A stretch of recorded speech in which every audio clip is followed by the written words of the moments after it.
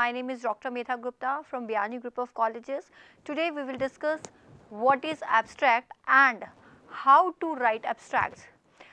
Friends, abstract is a very crucial part for every research paper.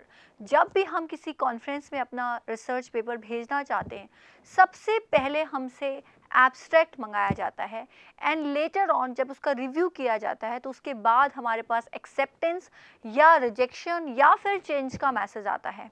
सो अक्सर हमें लगता है कि एब्स्ट्रैक्ट ऐसे कौन सी चीज़ है जिसके लिए बहुत ज़्यादा एफर्ट्स हमें डालने पड़ते हैं.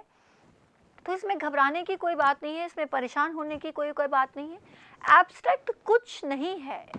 अगर सिंपल वर्ड्स में मैं आपको समझाऊं तो abstract is just a summary of your research paper in 300 or 250 words or we can say in one paragraph. Abstract सिर्फ और सिर्फ आपके रिसर्च पेपर की समरी है जो कि आप आधे पेज में 200 या 300 वर्ड्स में लिखते हैं with keywords. Later on I'll tell you what is keywords. First move on. How to write abstract. Abstract में ऐसी कौन कौन सी चीज़ें हैं जो होना चाहिए, जैसे कि मैंने आपको अभी बताया कि सिर्फ ये समरी होता है, बट डजंट मीन कि आप कहीं से भी उसको कट पेस्ट करके लिख दें. स्टार्ट करते हैं हम सबसे पहले. ये आपके किसी भी रिसर्च पेपर का फर्स्ट सेक्शन है जिसको देखकर ये अंदाज़ा लगाया जाता है, ये माना जाता है कि जो आपने एब्स्ट्रैक्ट के अंदर लिखा है उसी का इलेबोरेटेड फॉर्म आपके रिसर्च पेपर में आगे देखने को मिलेगा.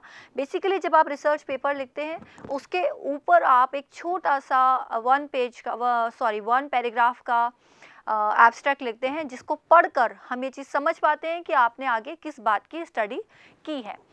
Second one, it is the summarized content of your paper. Whatever you have written, whatever you have done, whatever study you have done, whatever you have explore in your paper, उसका summarized content है जो कि हम abstract के अंदर लिखते हैं.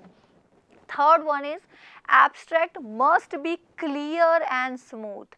जब भी आप कहीं एक एब्स्ट्रैक्ट पढ़ें तो you must feel like a story. एक स्टोरी की तरह आपको फ्लो फील होना चाहिए कि जैसे बस कोई बात एक फ्लो में चलती ही चली जा रही है.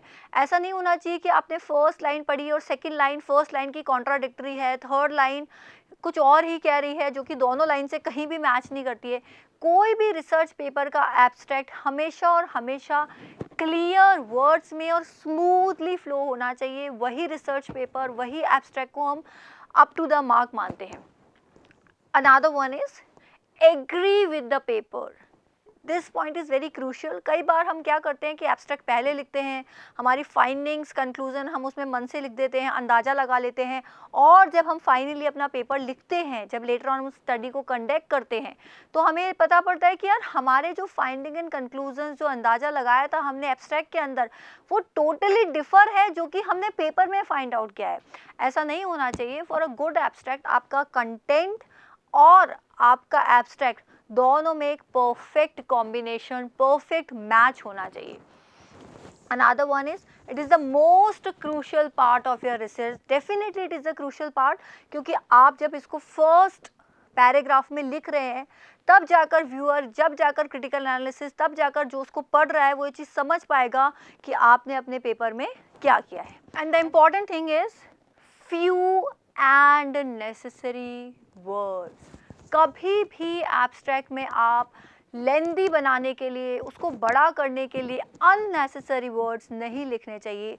जितने ज़्यादा क्रिस्प, जितने ज़्यादा समराइज्ड, जितने ज़्यादा up to the mark, relevant to the paper words लिखेंगे आपका एब्स्ट्रैक्ट उतना ही अच्छा बनेगा. फ्रेंड्स, इसका एक बहुत ही आसान सा तरीका है, बहुत ही सिंपल तरीका है. यूजुअली हम क्या करते हैं, जब कोई कॉन्फ्रेंस आती है, फटाफट से उसकी डेट आने वाली होती है, हम जल्दी से एक टॉपिक फाइंड आउट करते हैं, नेट से कट कॉपी पेस्ट करते हैं और लेटर हम देखते हैं कि हम इसको तो भेज देते हैं, बाद में रिसर्च पेपर आराम से लिख लेंगे. बट ऐसा नहीं होना चाहिए. रिसर्च करना, रिसर्च पेपर लिखना हमारे एक हैबिट में होना चाहिए. और जब आप रिसर्च पेपर लिखकर कंप्लीट कर लें, जब आपको अपने रिसर्च पेपर की एक एक फाइंडिंग, कंक्लूजन्स पता हो, उसके बाद आप एब्स्ट्रैक्ट लिखिए. देखिएगा आपका एब्स्ट्रैक्ट कभी भी रिजेक्ट नहीं होगा. जब भी आप अपना रिसर्च पेपर कंप्लीट करें उसके बाद ही एब्स्ट्रैक्ट लिखें। इसका बहुत ही आसान सा तरीका है कि आप अपने रिसर्च पेपर में से बिल्कुल की पॉइंट्स को उठाइए और उन की पॉइंट्स को एक अच्छे से पैराग्राफ में नेसेसरी वर्ड्स के साथ, क्रिस्प वर्ड के साथ फ्लो बनाते हुए लिखिए और आप लेटर ऑन देखेंगे कि आपका जो एब्स्ट्रैक्ट है बिल्कुल up to the mark ready हो चुका है और वो किसी भी कॉन्फ्रेंस में रिजेक्ट नहीं होगा। एक और अच्छी बात है कि एब्स्ट्रैक्ट हम बाद में लिखने का, कि जब हमारे पास किसी भी कॉन्फ्रेंस की लास्ट डेट आती है तो हमें हरी अप नहीं करना पड़ेगा, हमें भागना नहीं पड़ेगा, क्योंकि हमारे पास हमारा कंटेंट, हमारा रिसर्च पेपर बिल्कुल रेडी होगा। जब भी डेट आएगी हम उसको अपलोड कर सकते हैं। सो फ्रेंड्स, अब आप मेरे ख्याल से समझ गए होंगे कि एब्स्ट्रैक्ट क्या होता है, उसके अंदर हमें किस तरह लिखना चाहिए और क्या क्या गलतियां हमें नहीं करनी चाहिए उसको अननेसेसरी और लेंदी बनाने के लिए। Thank you for watching. Please like, share and comment Guru KPU. Thank you.